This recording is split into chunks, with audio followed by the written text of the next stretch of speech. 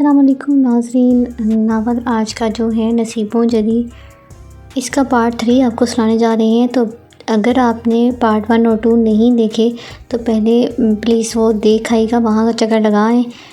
اور اگر آپ نے چینل ابھی تک سبسکرائب نہیں کیا تو پلیز لازمی چینل کو سبسکرائب کر دیجئے۔ رہبر خدا کے واسطے کچھ کرو، بری کو ڈھونڈ لاؤ، بری مطلب بریرہ کو ڈھونڈ لاؤ۔ وہ اس کا ہاتھ پکڑ کر رو پڑے۔ رہبر کو وہ اس وقت چھوٹے بچے کی مانند لگے جو کسی کھلونے کی ضد کر رہا ہو۔ دادا جی، میں پوری کوشش کر رہا ہوں۔ رہبر نے بمشکل حلق سے آواز نکالی تھی۔ فون کی گھنٹی پر وہ چونکا، پھر کھال اٹھاتا باہر نکل گیا۔ رہبر صاحب، کچھ سراغ ملا قاتلوں کا؟ دیکھیں میرا بیٹا سخت اذیت میں ہے، مجھے سمجھ نہیں آتی کہ کیا کروں۔ دوسری طرف سے آواز سن کر وہ گہری سانس لے کر رہ گیا۔ میں آتا ہوں آپ کے گھر۔ اتنا کہہ کر وہ کال کاٹ گیا۔ وہ اس چھوٹے سے مگر خوبصورت گھر میں داخل ہوا تو رزاق صاحب اسے صحن میں ہی مل گئے۔ دروازہ پہلے سے کھلا تھا۔ کہاں ہے سراج؟ کیسا ہے وہ؟ رہبر نے ان سے مصافحہ کرتے ہوئے پوچھا۔ آئیے میرے ساتھ۔ وہ اسے لیے کمرے میں چلے گئے۔ رہبر کو وہ اس وقت سخت بیمار لگے تھے۔ بیٹے کے غم نے انہیں بوڑھا کر دیا تھا۔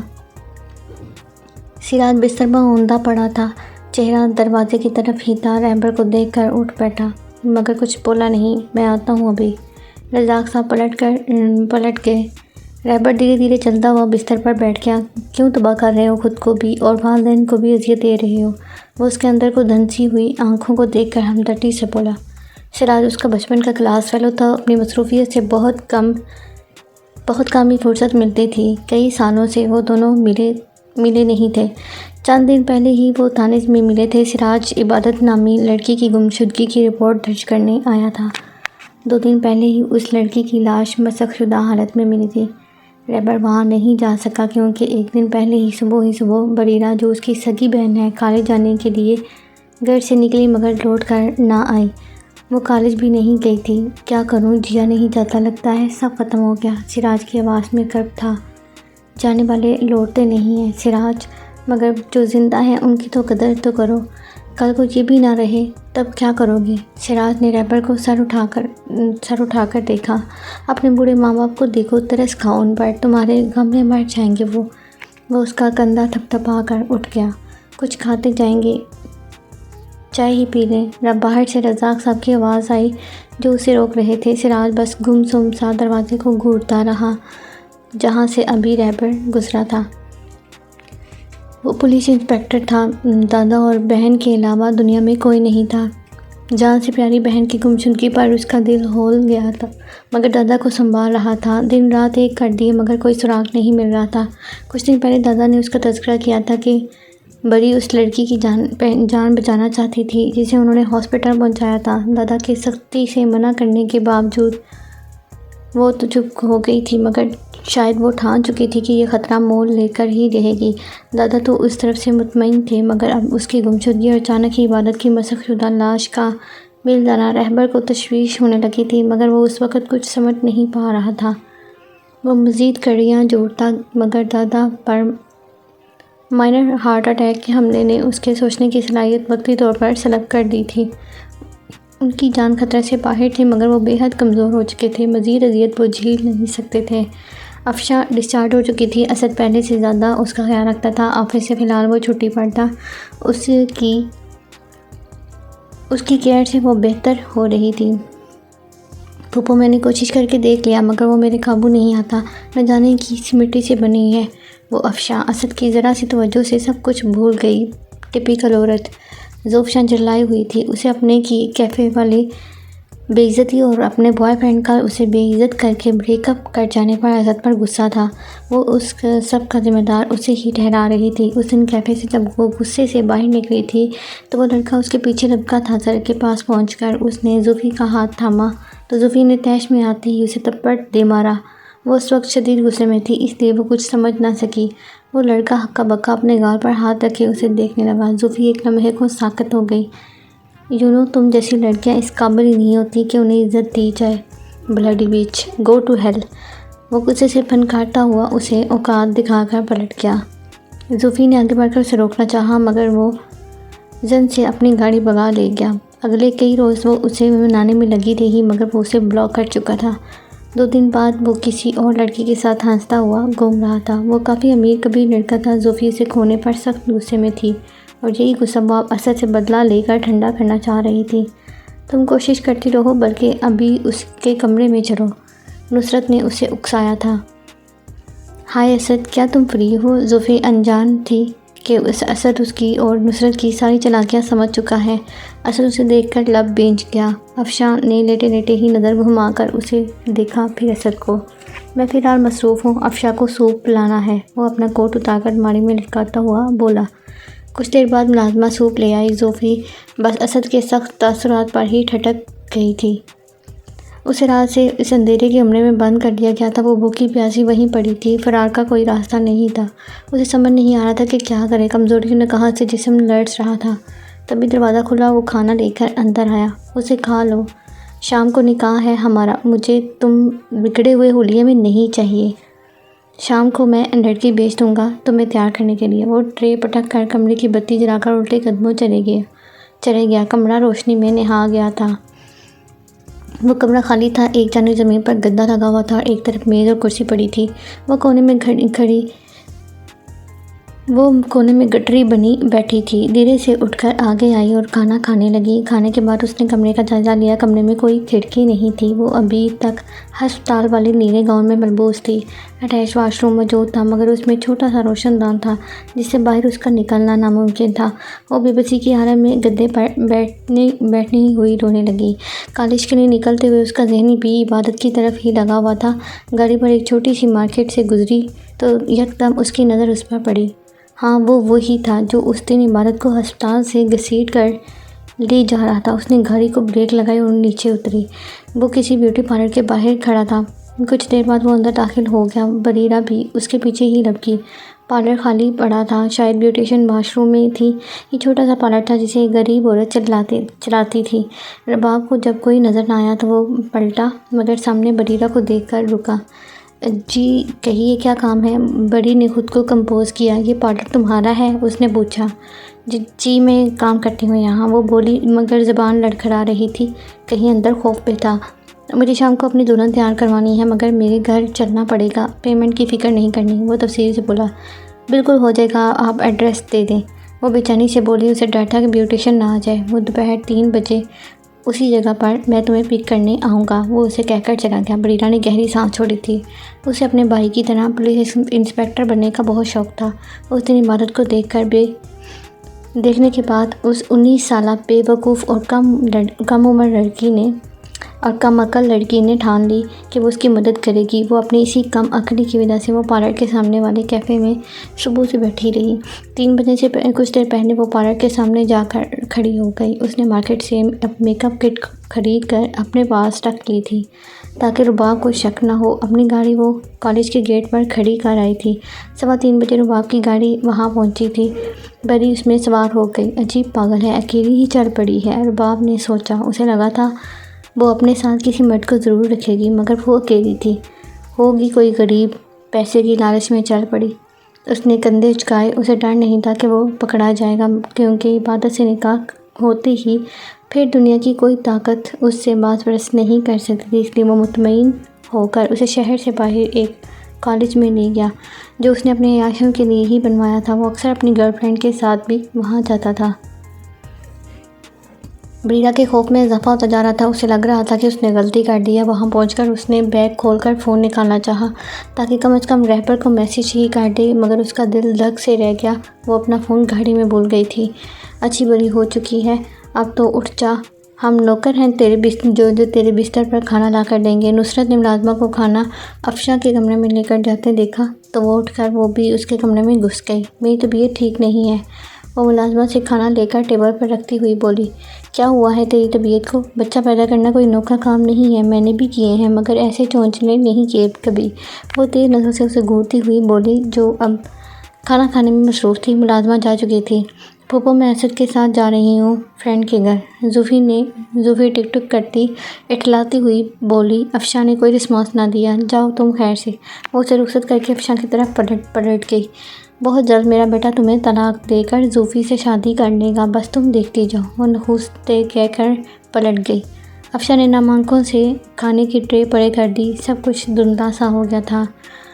ہوش میں رہو تو میں گھر جا رہا ہوں، میرے پاس اتنا وقت نہیں ہے کہ تمہاری آوارہ گردی میں ساتھ دوں، وہ سختی سے بولا۔ زوفی کی بار بار ضد پر وہ جھنجھلا گیا تھا۔ اچھا تم غصہ کیوں کر رہی ہو؟ بس تھوڑا دور ہے میری فرینڈ کا گھر، زوفی نے آسکی سے کہا، مگر اسد اگنور کرتا گاڑی میں بیٹھ گیا۔ زوفشا نے کلائی پر بندی گھڑی کو دیکھا۔ 15 منٹ وہ اس کے ضائع کر چکی تھی اور یہی اس کی نئی چال تھی۔ لیٹ کیسے ہو گئے؟ افشا اسد کے آتے ہی بولی۔ کچھ نہیں، آفس سے سیدھا گھر ہی آیا ہوں۔ وہ تھکن سے چور صوفے پر ڈہ گیا۔ زوفشا کہاں ہے؟ وہ بولی تو اسد نے اچنبے سے اسے دیکھا۔ مجھے کیا پتا، وہ حیرانگی سے بولا۔ آپ اسے چھوڑ کر گھر آ گئے؟ نہیں، میں اسے کہیں چھوڑ کر نہیں آیا۔ وہ اب سیدھا ہو کر بیٹھ گیا۔ افشا گہری سانس لے کر کمرے میں سے نکل گئی۔ اسد کو کسی گڑبڑ کا احساس ہوا تھا۔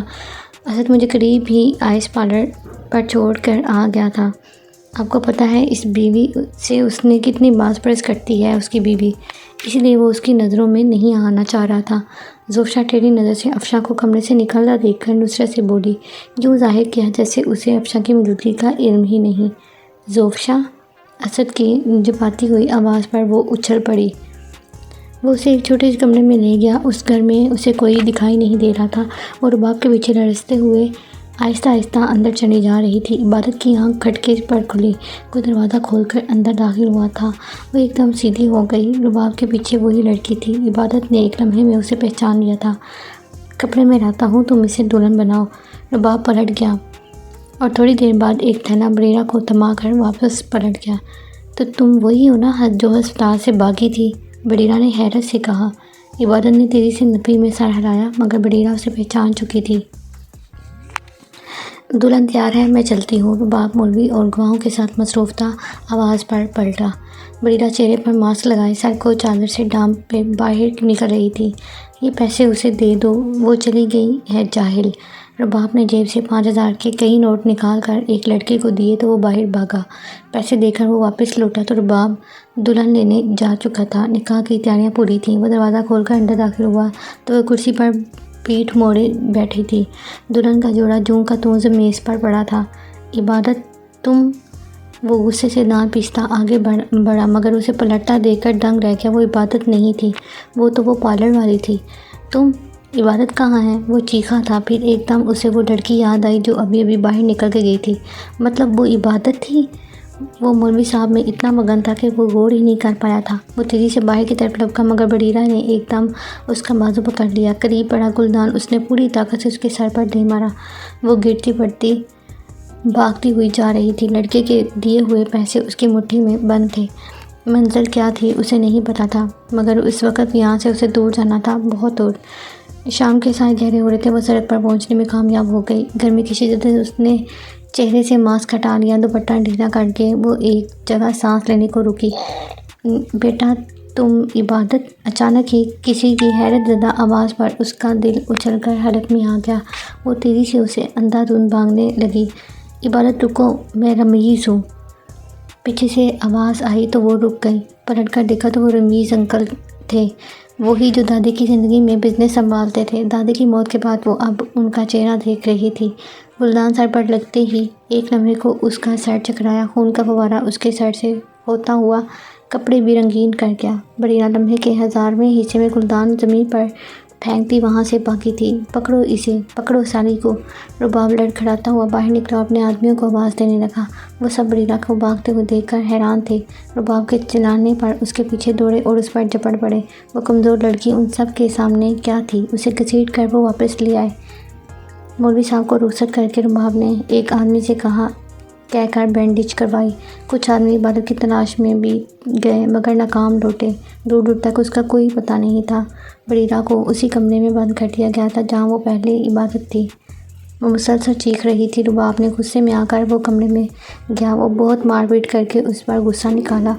درد سے کراہتے ہوئے بریرہ نے اسے بتا دیا کہ وہ عبادت کی کچھ نہیں لگتی، بس ہمدردی میں بے وقوفی کر بیٹھی۔ اس کی غلطی یہ تھی کہ وہ بنا بتائے وہاں پہنچی تھی۔ اسے کم از کم اپنے بھائی کو ضرور بتانا چاہیے تھا۔ رباب اس بات پر مطمئن ہو گیا کہ کسی کو اس کی لڑکی کا یہاں آنا معلوم نہیں ہے۔ غصے اور طیش میں بتلا لینے کے لیے اس نے بریرہ کو دبوچ لیا اور نہ جانے کتنی دیر اسے نوچتا رہا۔ پھر اس کے باقی آدمیوں نے بھی اسے اس 17 سالہ لڑکی کا جسم ادھیڑ کر رکھ دیا۔ وہ اس اذیت کو سہ نہ پائی اور اگلی صبح ہی دم توڑ گئی۔ رباب نے اس کا مردہ وجود اٹھوا کر ایک سنسان سڑک کے کنارے پھینک دیا۔ اس کے آدمیوں نے تیزاب کی بوتل اس کے جسم پر ڈیل دی۔ وہ زندہ ہوتی تو اذیت سے چیخ چیخ کر مر جاتی، مگر وہ تو مر چکی تھی۔ اس کا مردہ جسم کی جلد جھلس کر کالی ہو گئی۔ یہ بات جب رباب نے شمیم کو بتائی تو پہلے وہ گھبرا گئی، مگر پھر اس کے شیطانی دماغ کی بدولت وہی لاش اس نے منصوبے کے تحت عبادت کی لاش ثابت کر دی۔ عبادت کے سامان کی پوٹلی جو وہیں رہ گئی تھی، لاش کے پاس کچھ دور پھینک دی گئی، اور رباب نے اپنے ہی آدمی سے فون کروا کر پولیس سے یہ کہہ دیا کہ وہاں سے گزر رہا تھا تو لاش پر اس کی نظر پڑ گئی۔ پولیس میں پہلے سے عبادت کی گمشدگی کی رپورٹ درج تھی۔ اس کا شناختی کارڈ جب اس پوٹلی سے نکلا تو انہوں نے لاش کو عبادت کی لاش سمجھ کر عالمگیر کو اطلاع دے دی۔ شمیم کی ضد پر ہی پوسٹ مارٹم بھی نہیں ہوا۔ وہی بات ہے، چور کی داڑھی میں تنکا۔ تم اس وقت یہاں کیا کر رہی ہو؟ رمیز اس کے سامنے کھڑے ہوتے حیرانگی سے بولے۔ انہیں خبر پہنچی تھی کہ عبادت گمشدہ ہے، اس لیے وہ اسے وہاں رات کے وقت دیکھ کر دنگ رہ گئے۔ مجھے کچھ لوگوں نے اغوا کر لیا تھا، وہاں سے بھاگ کر آئی ہوں، وہ لڑکھڑتی زبان میں بولی۔ چلو میرے ساتھ، جلدی چلو۔ وہ اسے بازو سے پکڑتے تیزی سے ایک طرف جانے لگے۔ عبادت ان کے ساتھ چلتی گئی۔ کچھ ہی دور ایک چھوٹا سا گھر دکھائی دیا، وہ وہاں داخل ہو گئے۔ جینی کدھر ہو؟ انہوں نے اسے ڈرائنگ روم میں بٹھایا اور اپنی بیٹی جنیتا کو آواز دینے لگے۔ کچھ دیر میں وہ ہاتھ پہنچتی اندر داخل ہوئی۔ عبادت کو دیکھ کر ایک لمحے کو رکی۔ حیرانگی سے اس نے باپ کو دیکھا۔ ابو جی، یہ عبادت باجی ہے؟ وہ 20 سال کی پیاری سی لڑکی اس وقت حیران نظروں سے اسے دیکھ رہی تھی۔ ہاں، یہ عبادت ہے، تم اسے کمرے میں لے جاؤ، فریش ہونے کے بعد کھانا دو، ٹھیک ہے؟ رمیز کے کہنے پر اس نے سر ہلایا۔ زوفشاں، اسد کی چباتی ہوئی آواز پر وہ اچھل پڑی۔ نصرت کا رنگ ایک لمحے کو فک ہوا۔ کیا کہا تم نے ابھی؟ وہ تیزی سے اس کے پاس پہنچا۔ افشاں بھی کچن سے باہر نکل آئی۔ کچھ نہیں، میں تو پھوپھو سے بات کر رہی ہوں۔ کیوں، کیا ہوا؟ وہ گھبرائی تھی مگر خود کو سنبھال کر بولی، مگر زبان لڑکھڑا جاتی۔ اسد کا غصہ سے لال چہرہ دیکھ کر کوئی بھی گھبرا سکتا تھا۔ اسد نے بازو سے پکڑ کر اسے اپنے سامنے کھڑا کیا اور ایک زوردار تھپڑ اس کے منہ پر دے مارا۔ وہ ایک لمحے میں زمین بوس ہو گئی۔ اسد! نصرت ایک جھٹکے سے کھڑی ہو گئی۔ افشاں کا ہاتھ اس کے منہ پر گیا۔ شور سن کر شاہ نواز شاہ بھی کمرے سے نکل آئے۔ میں پوچھتا ہوں، تم ہوتی کون ہو؟ میری بیوی سے جھوٹ بول کر ہمارے درمیان غلط فہمی پیدا کرو، وہ ڈانٹتا تھا۔ زوفی بے حس و حرکت اپنی گال پر ہاتھ رکھے زمین کو گھور رہی تھی۔ اسد نے بازو سے پکڑ کر ایک جھٹکے سے اس کو کھڑا کیا۔ اسد، کیا کر رہے ہو تم؟ اپنی سوکار بیوی کی خاطر زوفی کو مار رہے ہو؟ نصرت نے اس کا ہاتھ جھٹک کر زوفی کو ایک طرف کرتے ہوئے کہا۔ آپ تو کچھ ہی کہیں ہی مت، ان سب میں آپ برابر کی شریک ہیں۔ میں نے سوچا بھی نہیں تھا کہ آپ ٹپیکل عورتوں سے بھی گزرے ہیں، اس حد تک گر جائیں گی، وہ تعصب سے بولا۔ اس کے لہجے میں افسوس تھا۔ شاہ نواز شاہ بالکل خاموشی سے سب دیکھ رہے تھے۔ وہ انجان نہیں تھے کسی بات سے، مگر ان میں ہمت نہیں تھی کہ وہ اپنی بیوی کے سامنے کچھ بولتے، اس لیے چپ تھے۔ کیا بکواس کر رہے ہو اسد؟ میرے بچے، میں تمہارا بھلا چاہتی ہوں، یہ لڑکی کبھی تمہارے قابل تھی ہی نہیں، باہر میں جونکو اسے، اس جیسی آوارہ اور لالچی لڑکیوں کو میں اچھے سے جانتی ہوں۔ یہ بس موم، بس، مزید کچھ نہیں۔ اس نصرت کی بات کاٹ کر ایک دم بپھر کر بولا، میں ڈیڈ کی طرح نہیں ہوں جو سب کچھ جانتے ہوئے بھی آنکھیں بند کر لوں۔ افشاں میری بیوی ہے، میری پہلی اور آخری محبت ہے۔ آپ نے سوچ بھی کیسے لیا کہ آپ ہم دونوں کو الگ کر کے زوفشاں کو میرے ساتھ باندھ دیں گے؟ یہ غلط فہمی آپ کی۔ میں نے افشاں سے نکاح کیا، کوئی کھیل نہیں کھیلا۔ وہ نکاح اتنی آسانی سے ٹوٹتے سمجھے آپ؟ وہ آج سارے حساب برابر کر دینا چاہتا تھا۔ ماں کے سامنے وہ کبھی بلند آواز میں نہیں بولا تھا۔ اس نے افشاں سے شادی نصرت کی مرضی کے خلاف کی تھی، مگر بغاوت کر کے نہیں۔ اس نے ماں کی منتیں کی تھی، پیر پکڑے تھے، تب جا کر نصرت نے پورے دل سے شادی کی حامی بھری تھی، مگر آج اس نے منتیں نہیں کی، پیر نہیں پکڑے، بلکہ اس کے لہجے اور آنکھوں سے بغاوت جھلک رہی تھی۔ نصرت ایک لمحے کو سہمی تھی، ایک ہی تو بیٹا تھا ان کا۔ اسد، میری بات سنو، دیکھو میری بات غور سے سنو اور سمجھو، شادی کو 7 ماہ ہو گئے ہیں، اب تک تمہیں سمجھ جانا چاہیے یہ لڑکی واقعی تمہارے لائق۔ اب سامان پیک کرو۔ نصرت کی زبان کو اسد کے الفاظ نے بریک لگائی۔ شاہنواز شاہ بھی چونکے۔ صوفی جو جامد کھڑی تھی اسد کی طرف حیرت سے مڑی۔ افشاں نے بھی ناسمجھی سے اسے دیکھا۔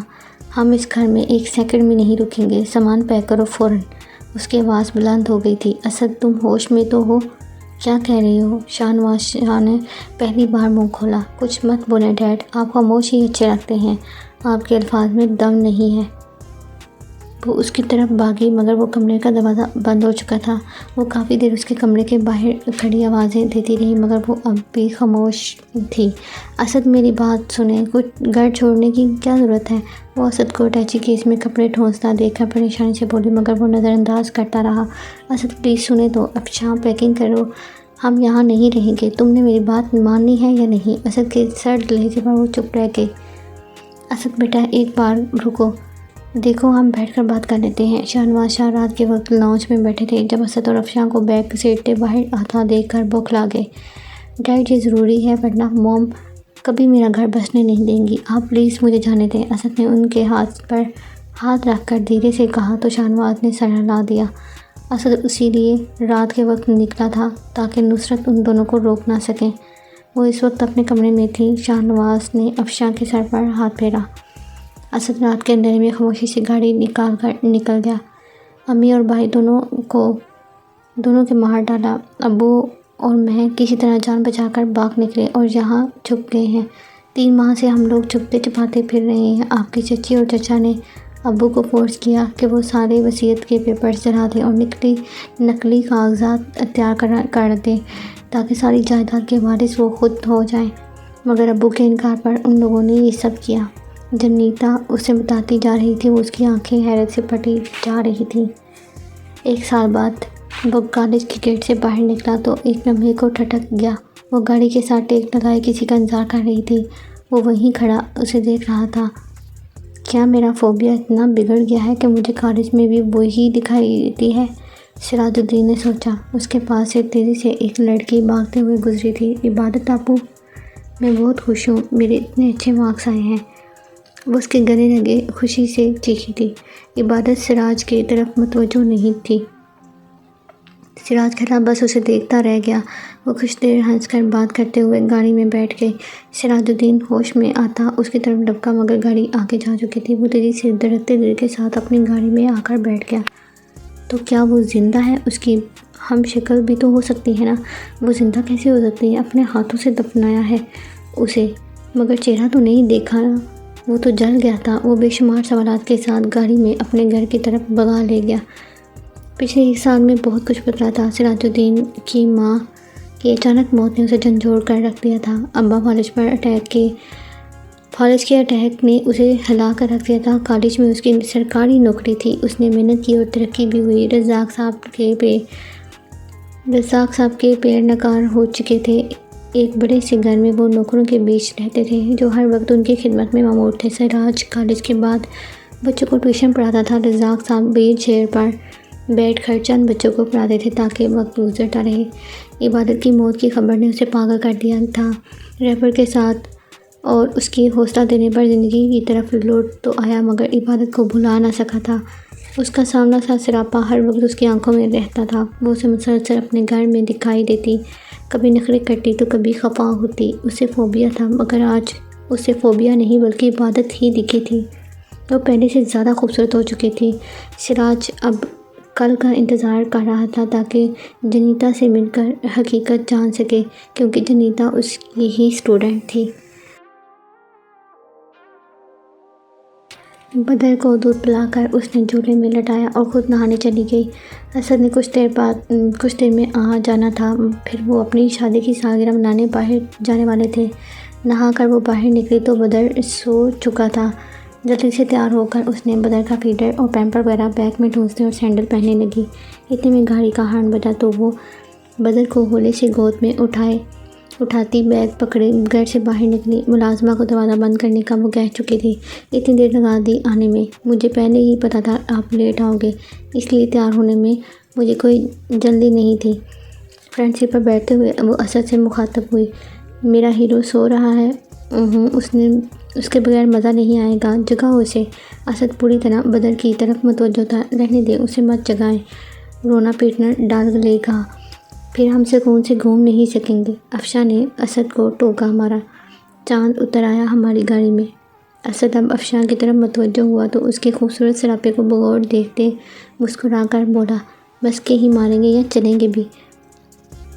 افشاں نے تعریف پر شرمانے کے بعد اس کا چہرہ آگے کی طرف موڑا۔ اسد نے ہنستے ہوئے گاڑی سٹارٹ کر دی۔ بدر 3 ماہ پہلے ہی ان دونوں کی زندگی میں آیا تھا۔ وہ دونوں اس کی پیدائش پر ہواؤں میں اڑ رہے تھے۔ گھر چھوڑنے کے بعد کچھ دن وہ لوگ ایک اپارٹمنٹ میں رہے تھے، پھر اسد نے خود کا گھر خرید لیا، جو زیادہ بڑا نہ سہی مگر خوبصورت بہت تھا۔ شاہ نواز شاہ اکثر ان کی طرف آتے تھے، مگر نصرت کو ان کی رہائش کا کچھ پتہ نہیں تھا۔ اسد نصرت سے ملنے جاتا تھا اور کچھ دیر بعد لوٹ آتا۔ نصرت اسد کو یاد کرتی رہتی تھی، مگر افشاں کو اب تک قبول نہیں کر رہی تھی، اس لیے اسد ان سے دور ہی تھا۔ بدر کی پیدائش کے بعد اب تک نصرت نے اپنے پوتے کو نہیں دیکھا تھا، اور نہ ہی انہوں نے دیکھنے کی خواہش ظاہر کی تھی۔ اس کے دل و دماغ میں کیا چل رہا ہے وہ خود ہی جانتی تھی۔ زوفی، یہ کون سا وقت ہے گھر آنے کا؟ کچھ شرم ہے تم میں؟ رات کے 12 بجے نصرت لاؤنج میں بیٹھی زوفی کا انتظار کر رہی تھی۔ اس کے گھر میں آتے ہی وہ سختی سے اس سے مخاطب ہوئی تھی۔ او پھپھو پلیز، میں تھک گئی ہوں، صبح بات کریں گے۔ وہ سرخ آنکھوں کو وہ مشکل کھولے لڑکھڑاتی ہوئی اپنے کمرے کی طرف بڑھی۔ تم نے ڈرنک کیا ہے؟ نصرت کی حیرت سے پھٹتی آواز پر وہ بھی نہ رکی تھی۔ پچھلے کچھ عرصے سے اس کی یہی روٹین تھی، دیر سے گھر آنا، پورا دن سونا، بدتمیزی سے بات کرنا۔ نصرت نے دھیان نہیں دیا کہ مگر آج گھر میں وہ اکیلی تھی، اس لیے زوفی کی غیر موجودگی انہیں کھلی تھی۔ شاہ نواز شاہ کسی کام سے دوسرے شہر تھے۔ زوفی، یہ کیا ڈرامہ ہے؟ کب سے ہو رہا ہے یہ؟ تم نے یہ کیا روٹین اپنا لی ہے؟ اور رات میں تم کہاں تھی؟ صبح 11 بجے وہ اٹھی تو نصرت نے اسے آڑے ہاتھوں لیا۔ ہاں، وہ کافی فیشنیبل تھیں، پڑھی لکھی تھیں، ان کی اپنی بیٹیاں بھی تو تھیں، سب نے ہر طرح سے فیشن کیے، گھومی بھی تھی، مگر آج تک وہ لوفر اور آوارہ نہیں کہلوائی تھیں۔ غیر مردوں سے کیا کسی بھی لڑکے سے ان کے دوستانہ تعلقات بھی نہیں تھے، مگر زوفی نے ہر حد پار کر دی تھی۔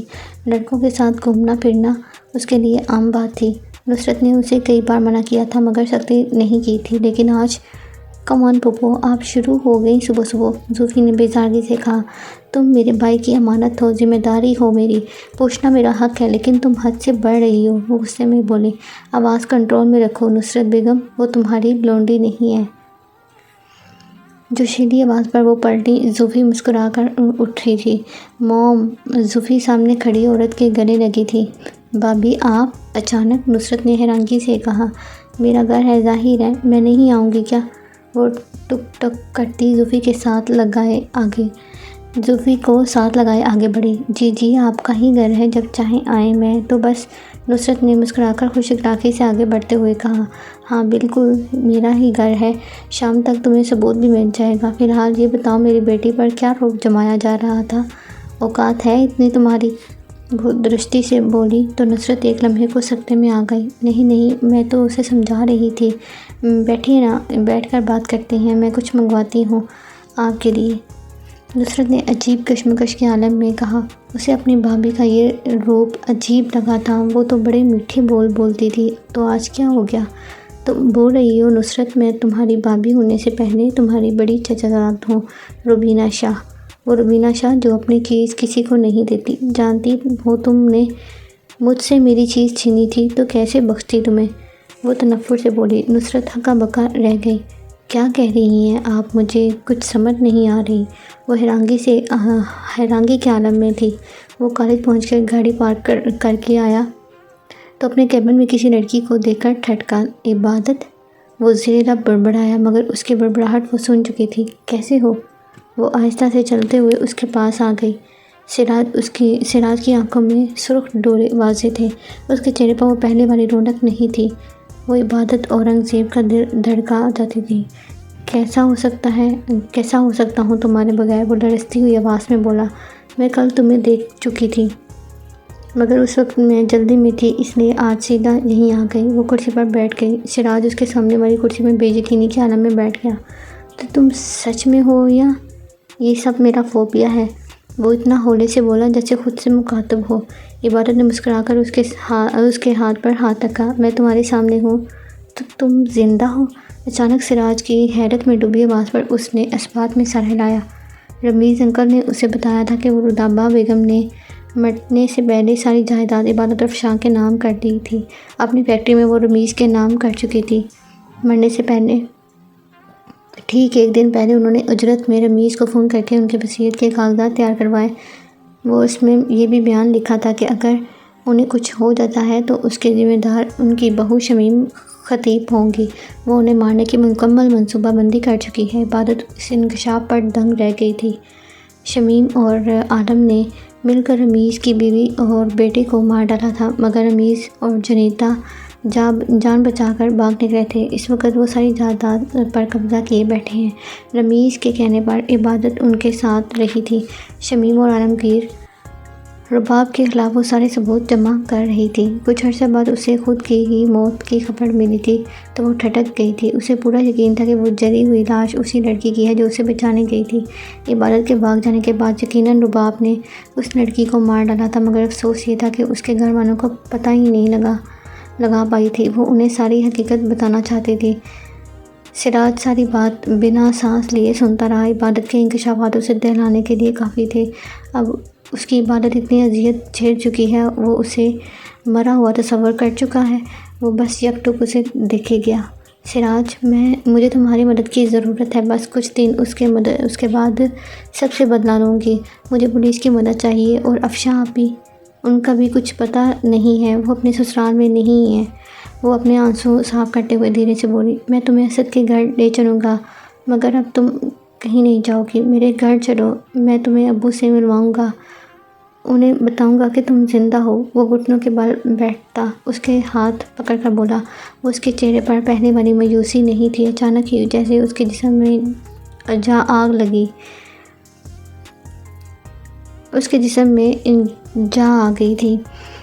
ٹھیک ہے، میں چلوں گی تمہارے گھر، مگر صرف تمہارے ابو سے ملنے کے لیے، ٹھیک ہے؟ وہ مسکرا کر بولی تو سراج کا دل اس پر 100 بار قربان ہونے کو ہوا۔ کیا بکواس ہے یہ، ایسا ہو کیسے سکتا ہے شاہ نواز؟ یہ کیسے ممکن ہے؟ وہ ایسے اچھلی جیسے بچھو نے ڈنگ مار دیا ہو۔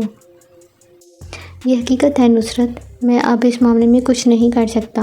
میں کل سے اسی کوشش میں ہوں کہ کوئی حل نکل آئے، مگر سارا معاملہ تمہاری بھابھی کے حق میں ہے، لہٰذا ہمیں یہ گھر خالی کرنا پڑے گا۔ سچ شکر کہ صرف گھر پر ہی ڈاکہ پڑا ہے، ورنہ پراپرٹی اور بزنس کے کاغذات بھی اسی لاکر میں تھے۔ شاہ نواز شاہ بے بسی سے ہارے ہوئے لہجے میں بولا، میں اس گھٹیا عورت کو چھوڑوں گی نہیں۔ وہ غصے سے تن کرتی کمرے سے نکلی اور سیدھا زوفی کے کمرے میں گئی۔ روبینہ بھابھی، میں سوچ بھی نہیں سکتی تھی کہ آپ ایسا کریں گی، اور زوفی، تمہیں تو اپنی بیٹی مانا تھا، مگر تم نے میرا مان نہیں رکھا۔ وہ دونوں ماں بیٹی پر برس پڑیں۔ تم نے رکھا تھا میرا مان؟ تم جانتی تھی نا کہ میں شاہ نواز کو کتنا چاہتی تھی، مگر پھر بھی تم نے اس سے شادی کر لی۔ روبینہ چیخ پڑی۔ ہاں، مگر شاہ نواز مجھے چاہتے تھے، انہوں نے خود رشتہ بھیجا تھا۔ ایسے میرا کیا قصور؟ بدلے میں نصرت کی بھی چیخی تھی، تم انکار کر دیتی، اپنا سڑا ہوا بھائی میرے ماتھے تھوپ دیا، جس کا دماغ کام ہی نہیں کرتا۔ وہ انگارے چبا رہی تھی۔ زمام دو بھائی ہے وہ میرا، نصرت 2 گنا چیخی تھی۔ اور میری محبت کا کیا؟ ہاں، ساری عمر میں انگاروں پر لوٹتی رہی ہوں، تمہارے وہ کنگرا بھائی کیسے گزارا کیا میں نے اس کے ساتھ میں ہی جانتی ہوں، اور شاہ نواز وہ میری محبت تھا۔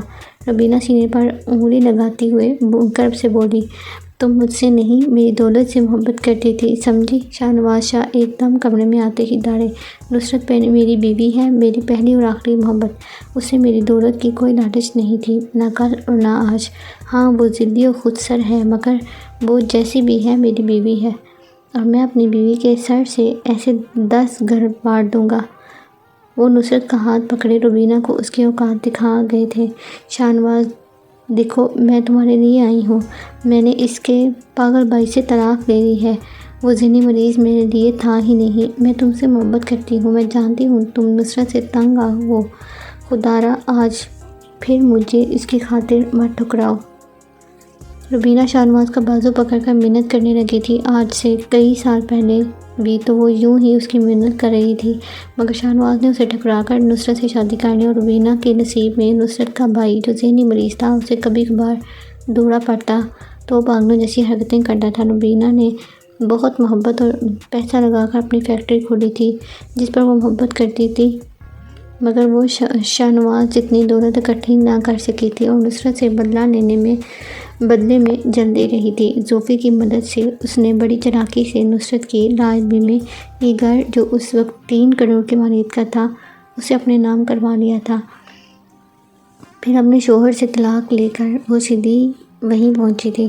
میں لعنت بھیجتا ہوں تم پر اور تمہاری محبت پر، آج سے یہ گھر تمہارا ہوا، میں ہی سمجھوں گا کہ نصرت کا صدقہ دے دیا ہے۔ وہ پاؤں سے روبینہ کو ٹھوکر مارتے نشے میں دھت کھڑی زوفی کو نفرت سے دیکھتے نصرت کا ہاتھ تھامے کمرے سے ہی نکل گئے۔ چوکیدار اور گھر کے ملازموں سے کہہ کر گھر سے سامان وغیرہ اٹھوا کر اس پتے پر لے آؤ، سب لوگ وہیں آ جانا۔ وہ ڈرائیور کو حکم دے کر دوسری گاڑی میں نصرت سمیت بیٹھ کر گھر سے نکل گئے۔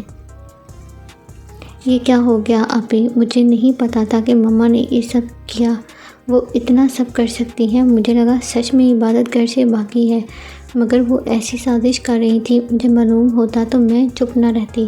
دانیہ افشاں کے ساتھ لگی رو رہی تھی۔ شمیم اور عالمگیر کو عمر قید ہو گئی ہے، یہ خبر سنتے ہی وہ نڈال ہو گئی تھی۔ وہ فطرتاً اپنی ماں کی طرح نہیں تھی، تھوڑی خودسر اور ضدی ضرور تھی، مگر اس کی فطرت میں چالیں چلنا، حسد کرنا نہیں تھا۔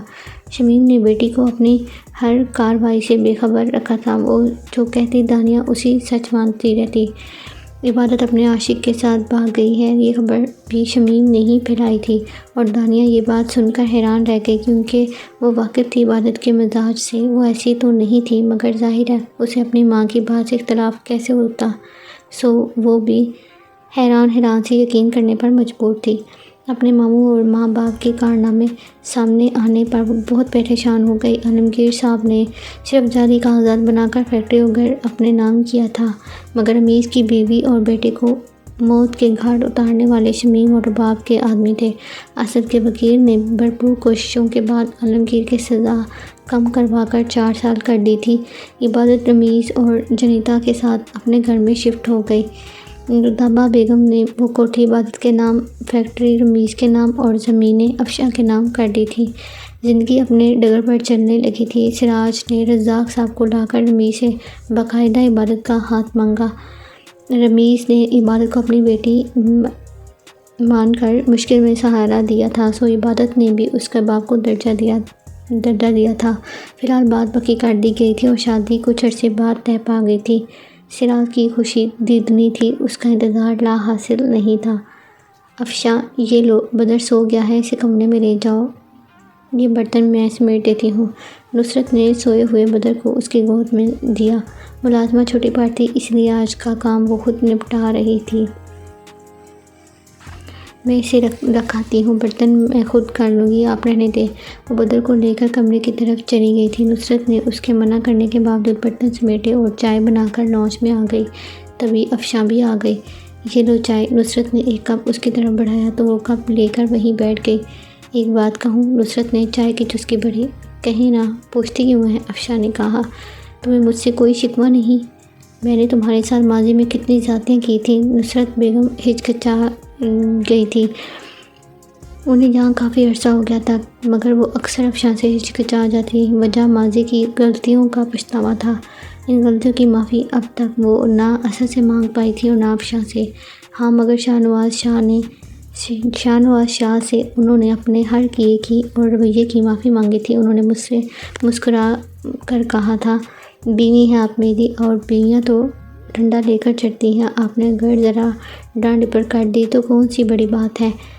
موم پچھلے وقت کو اور غلطیوں کو یاد کرنے سے پچھتاوے اور تکلیف کے سوا کچھ نہیں ملتا، اور آپ تو میری ماں ہیں۔ مائیں تو بیٹیوں کو مارتی بھی ہیں، مگر اس مار میں پیار چھپا ہوتا ہے، اس لیے بہتر ہے کہ دوبارہ آپ ایسے کچھ سوچیں بھی مت۔ افشاں نے ان کے دل سے ایک بوجھ ہٹا دیا تھا، وہ پرسکون ہو کر مسکرا دی۔